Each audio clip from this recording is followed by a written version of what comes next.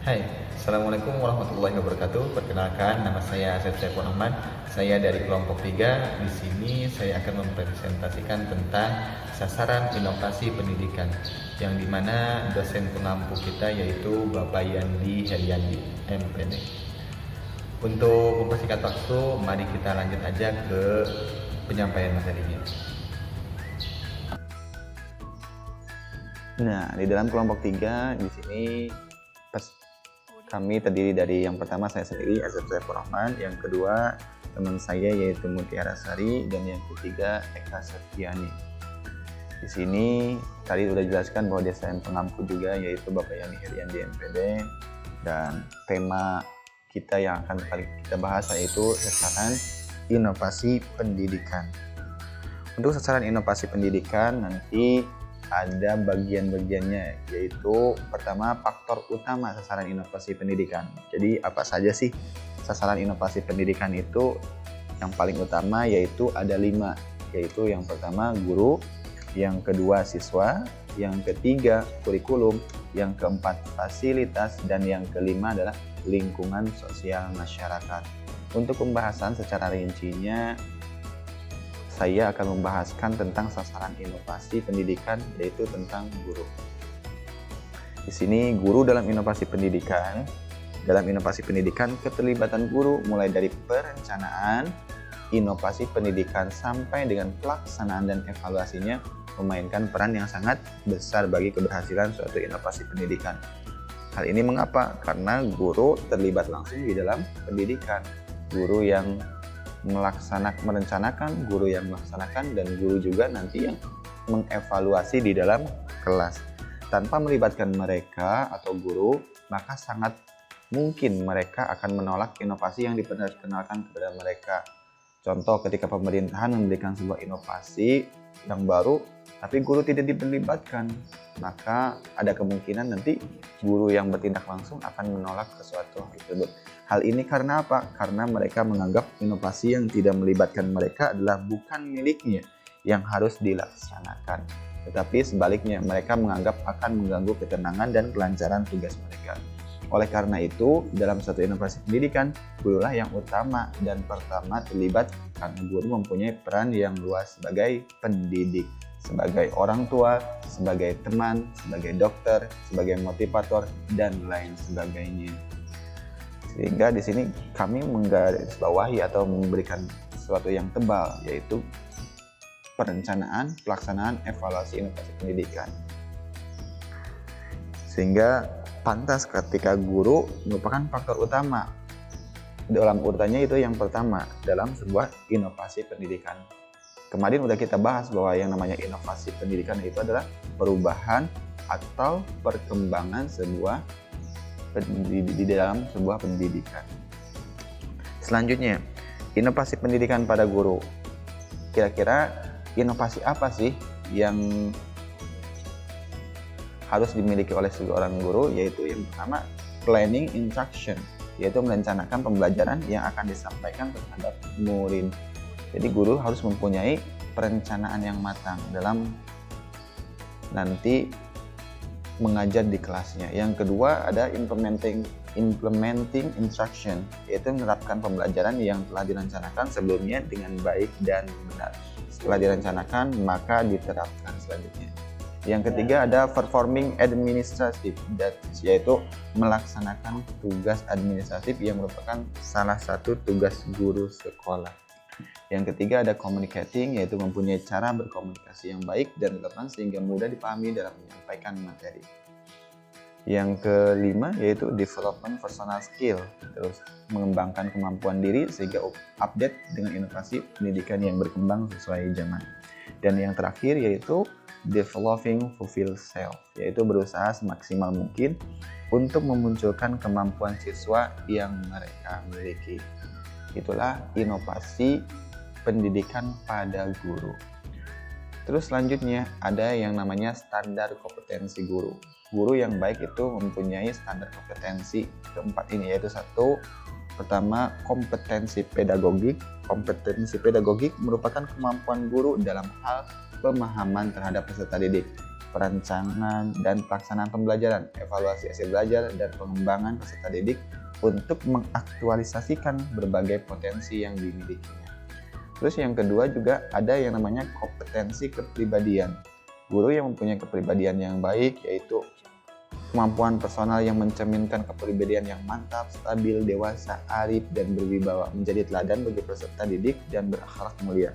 Karena yang namanya guru itu digugu dan ditiru, maka pantas ketika guru itu harus mempunyai kepribadian yang baik. Ketika guru kencing berdiri, maka murid kencing berlari. Itulah pepatah yang mengatakan bahwa guru sebagai sesuatu yang ditiru oleh muridnya. Terus yang ketiga ada kompetensi sosial. Kompetensi sosial merupakan kemampuan guru untuk berkomunikasi dan bergaul secara efektif dengan peserta didik, bersama pendidik, tenaga pendidikan, orang tua atau wali peserta didik dan masyarakat. Guru yang baik itu guru yang mampu mempunyai komunikasi yang baik, baik itu di lingkungan sesama gurunya, baik itu terhadap guru, terhadap murid-muridnya, atau orang tua wali peserta didik, sehingga nanti ada kolaborasi yang baik dalam mendidik seorang murid. Terus yang terakhir yaitu kompetensi profesional.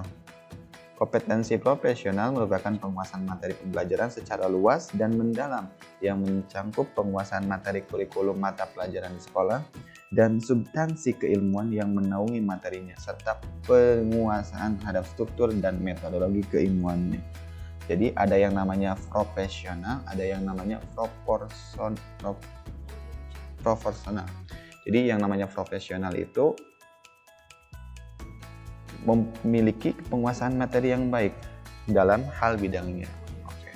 Jangan sampai guru mengajar matematika, tapi guru juga tidak tahu apa sih cara mengerjakannya, bagaimana, dia tidak tahu. Sehingga profesional seorang guru itu sangat menentukan terhadap yang namanya inovasi pendidikan. Terus yang selanjutnya, peran guru dalam pendidikan.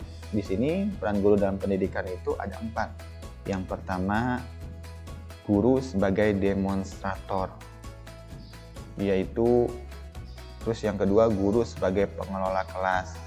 Dan yang ketiga yaitu guru sebagai mediator dan fasilitator. Dan yang terakhir guru sebagai evaluator. Intinya guru itu sangat menentukan di dalam kelas, karena demonstrator, pengelola kelas, mediator dan fasilitator, evaluator. Terus ini mungkin nanti yang akan dibahas oleh teman saya yang di sini Eka Septiani ya. Eka Septiani, di mana Eka akan membahas tentang yang namanya faktor utama sasaran inovasi pendidikan terhadap dalam siswa dan kurikulum. Mungkin itu saja yang dapat saya sampaikan, kurang lebihnya mohon maaf, nanti dilanjut oleh teman saya Eka Septiani. Selanjutnya, saya akan menjelaskan tentang siswa dalam inovasi pendidikan. Prioritas paling tinggi di sekolah adalah berpusat pada minat dan kebutuhan siswa. Jadi, unit pekerjaan di sekolah diabdikan pada kepentingan siswa sesuai dengan tujuan dari pendidikan di sekolah tersebut. Sebagai objek utama dalam pendidikan, siswa memegang peran yang sangat dominan. Siswa dapat menentukan keberhasilan belajar melalui penggunaan intelijensi, daya motorik, pengalaman, kemauan, dan komitmen yang timbul dalam dirinya tanpa paksaan. Hal ini terjadi apabila siswa juga dilibatkan dalam proses inovasi pendidikan, walaupun hanya dengan mengenalkan kepada mereka tujuan perubahan, mulai dari perencanaan sampai pelaksanaan.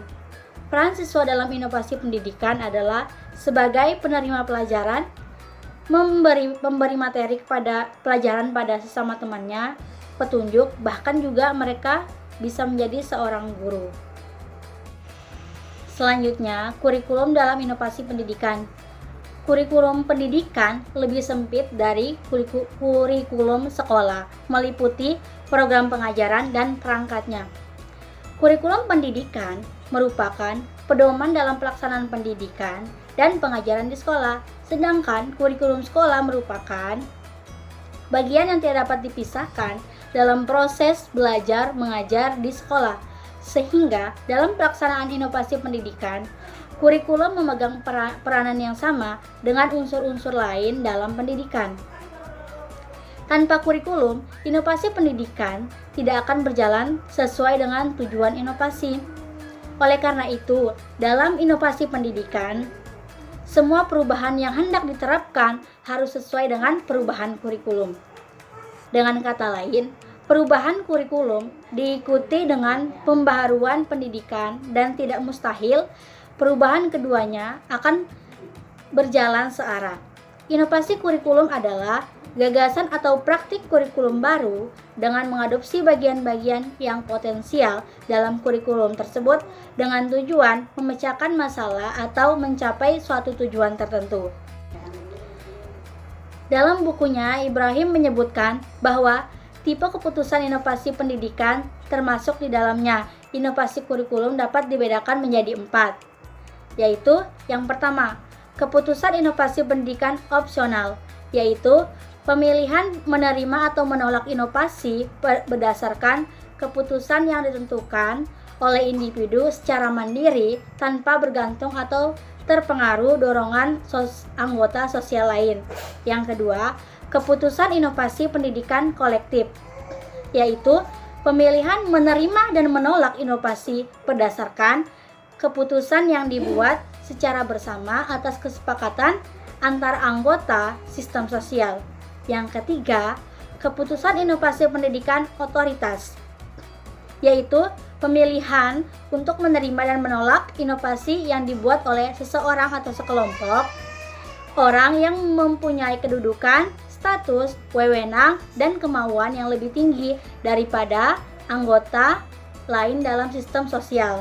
Dan yang terakhir, keputusan inovasi pendidikan kontingen, yaitu pemilihan untuk menerima atau menolak keputusan inovasi pendidikan baru dapat dilakukan setelah adanya keputusan yang mendahuluinya. Selanjutnya, landasan inovasi kurikulum, yaitu yang mendasari adanya inovasi terhadap kurikulum. Ada 4. Yang pertama, landasan filosofi.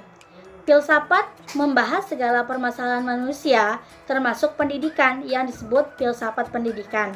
Nah, filsafat memberikan arah dan metodologi terhadap praktik-praktik pendidikan.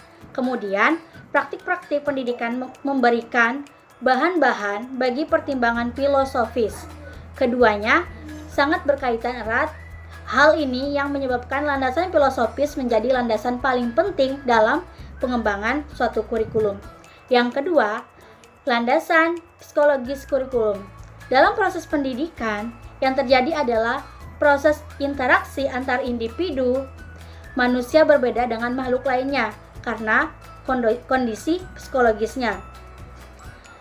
Kondisi psikologis sebenarnya merupakan karakter psikofisik seseorang sebagai individu yang dinyatakan dalam bentuk perilaku interaksi dengan lingkungannya.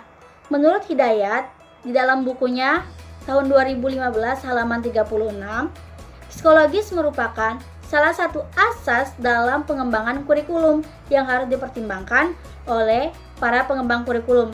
Hal ini dikarenakan posisi kurikulum dalam proses pendidikan memegang peranan sentral atau berpusat kepada kurikulum. Jadi tanpa adanya kurikulum, semua yang berkaitan dengan pendidikan tidak akan berjalan dengan sesuai dengan tujuannya, apa yang akan dituju. Selanjutnya, landasan sosial budaya kurikulum. Kurikulum menentukan pelaksanaan dan hasil pendidikan pada suatu negara atau wilayah tertentu. Pendidikan diharapkan mampu menghasilkan masyarakat yang tidak asing dengan masyarakat. Dengan pendidikan diharapkan lahirnya manusia-manusia yang bermutu, mengerti, dan mampu membangun masyarakat. Oleh sebab itu, tujuan, isi, maupun proses pendidikan harus disesuaikan dengan kondisi, karakteristik, kekayaan, dan perkembangan masyarakat setempat. Dan yang terakhir, landasan ilmu pengetahuan teknologi, dan seni. Sukmadinata dalam bukunya tahun 1998 halaman 82 mengemukakan bahwa perkembangan ilmu pengetahuan dan teknologi secara langsung akan menjadi isi materi pendidikan. Nah, sedangkan secara tidak langsung memberikan tugas kepada pendidikan untuk membekali masyarakat dengan mampu pemecahan masalah yang dihadapi sebagai pengaruh perkembangan ilmu pengetahuan dan teknologi. Selain itu, perkembangan ilmu pengetahuan teknologi dan seni atau sering disebut ipteks juga dimanfaatkan untuk memecahkan masalah pendidikan. Dengan kata lain, ilmu pengetahuan, teknologi, dan seni merupakan landasan-landasan kurikulum yang harus dibangun dengan kokoh. Nah, selain adanya landasan inovasi pendidikan, ada juga prinsip dasar inovasi kurikulum. Yang pertama, prinsip relevansi, yaitu sebagai internal bahwa kurikulum memiliki relevansi di antara komponen-komponen kurikulum, tujuan, bahan, strategi, organisasi, dan evaluasi. Sedangkan secara eksternal bahwa komponen-komponen tersebut memiliki relevansi dengan tuntutan ilmu pengetahuan dan teknologi. Tuntutan dan potensi peserta didik, serta tuntutan dan kebutuhan perkembangan masyarakat. Yang kedua, prinsip fleksibilitas. Dalam pengembangan kurikulum, mengusahakan agar yang dihasilkan memiliki sifat luas, lentur, dan fleksibel dalam pelaksanaannya. Nah, memungkinkan terjadinya penyesuaian berdasarkan situasi dan kondisi tempat, waktu yang selalu berkembang serta kemampuan dan latar belakang peserta didik. Yang ketiga, prinsip kontinuitas, yakni adanya kesinambungan kurikulum baik secara vertikal maupun secara horizontal. Nah, pengalaman belajar yang disediakan kurikulum harus memperhatikan kesinambungannya atau kelanjutannya, baik yang di dalam tingkat kelas antar jenjang pendidikan maupun antar jenjang pendidikan dengan jenis pekerjaan. Selanjutnya, prinsip efisiensi, yakni mengusahakan agar dalam pengembangan kurikulum dapat mendayagunakan waktu, biaya, dan sumber-sumber lain yang ada secara optimal, cermat, dan tepat sehingga hasilnya memadai. Dan yang terakhir, prinsip efektivitas, yakni mengusahakan agar kegiatan pengembangan kurikulum mencapai tujuan kegiatan dan tidak mubazir, baik secara kualitas maupun kuantitas. Selanjutnya saya akan menjelaskan tentang faktor utama sasaran inovasi pendidikan dalam fasilitas dan lingkungan sosial masyarakat. Fasilitas dalam inovasi pendidikan. Fasilitas termasuk sarana dan prasarana dalam pendidikan tidak bisa diabaikan dalam proses pendidikan, khususnya dalam proses belajar mengajar. Dalam inovasi pendidikan, fasilitas ikut mempengaruhi kelangsungan inovasi yang akan diterapkan. Tanpa fasilitas, pelaksanaan inovasi pendidikan tidak akan berjalan dengan baik. Menurut Alex Aldayudi, tahun 2012, sarana pendidikan diklasifikasikan menjadi 3 macam, yaitu habis tidaknya dipakai, bergerak tidaknya pada saat digunakan, hubungannya dengan proses belajar mengajar. Macam-macam sarana pendidikan. Yang pertama, habisnya tidak dipakai. Dilihat dari habis tidaknya dipakai, ada 2 macam sarana pendidikan, yaitu sarana pendidikan yang habis dipakai dan sarana pendidikan tahan lama. Sarana pendidikan yang habis dipakai adalah segala bahan atau alat yang apabila digunakan bisa habis dalam waktu yang relatif singkat. Contohnya, kapur tulis, beberapa bahan kimia untuk praktikum, guru dan siswa, dan sebagainya. Selain itu, ada sarana pendidikan yang berubah bentuk, misalnya kayu, besi, dan kertas karton yang sering digunakan oleh guru dalam mengajar. Contohnya yaitu pita mesin ketik atau komputer, bola lampu, dan kertas. Sarana pendidikan tahan lama adalah keseluruhan bahan atau alat yang dapat digunakan secara terus-menerus dan dalam waktu yang relatif lama. Contohnya bangku sekolah, mesin tulis, atlas, globe, dan beberapa peralatan olahraga. Selanjutnya yaitu bergerak tidaknya saat digunakan. Yang pertama, sarana pendidikan yang bergerak adalah sarana pendidikan yang bisa digerakkan atau dipindah sesuai dengan kebutuhan pemakainya. Contohnya almari, arsip sekolah, bangku sekolah. Sarana pendidikan yang tidak bergerak adalah semua sarana pendidikan yang tidak bisa atau relatif sangat sulit untuk dipindahkan. Misalnya saluran dari perusahaan daerah air minum PDAM. Selanjutnya, hubungannya dengan proses belajar mengajar. Ada alat pelajaran. Alat pelajaran adalah alat yang digunakan secara langsung dalam proses belajar mengajar. Misalnya, buku, alat peraga, alat tulis, dan alat praktikum. Selanjutnya, alat peraga. Alat peraga adalah alat pembantu pendidikan dan pengajaran. Dapat berupa perbuatan-perbuatan atau benda-benda yang mudah memberi pengertian kepada anak didik berturut-turut, dari yang abstrak sampai dengan yang konkret. Media pengajaran adalah sarana pendidikan yang digunakan sebagai perantara dalam proses belajar mengajar untuk lebih mempertinggi efektivitas dan efisien dalam mencapai tujuan pendidikan. Ada 3 jenis media, yaitu media audio, media visual, dan media audiovisual. Selanjutnya yaitu lingkungan sosial masyarakat dalam inovasi pendidikan. Menurut Lamhot Basani Sihombing 2010, tanpa melibatkan masyarakat sekitarnya, inovasi pendidikan tentu akan terganggu, bahkan bisa merusak apabila mereka tidak diberitahu atau dilibatkan. Keterlibatan masyarakat dalam inovasi pendidikan sebaliknya akan membantu inovator dan pelaksana inovasi dalam melaksanakan inovasi pendidikan. Maka dari itu, masyarakat sekitar haruslah berusaha untuk tetap mendukung demi kemajuan inovasi pendidikan, karena peran masyarakat juga penting serta turut andil dalam memajukan inovasi pendidikan tersebut.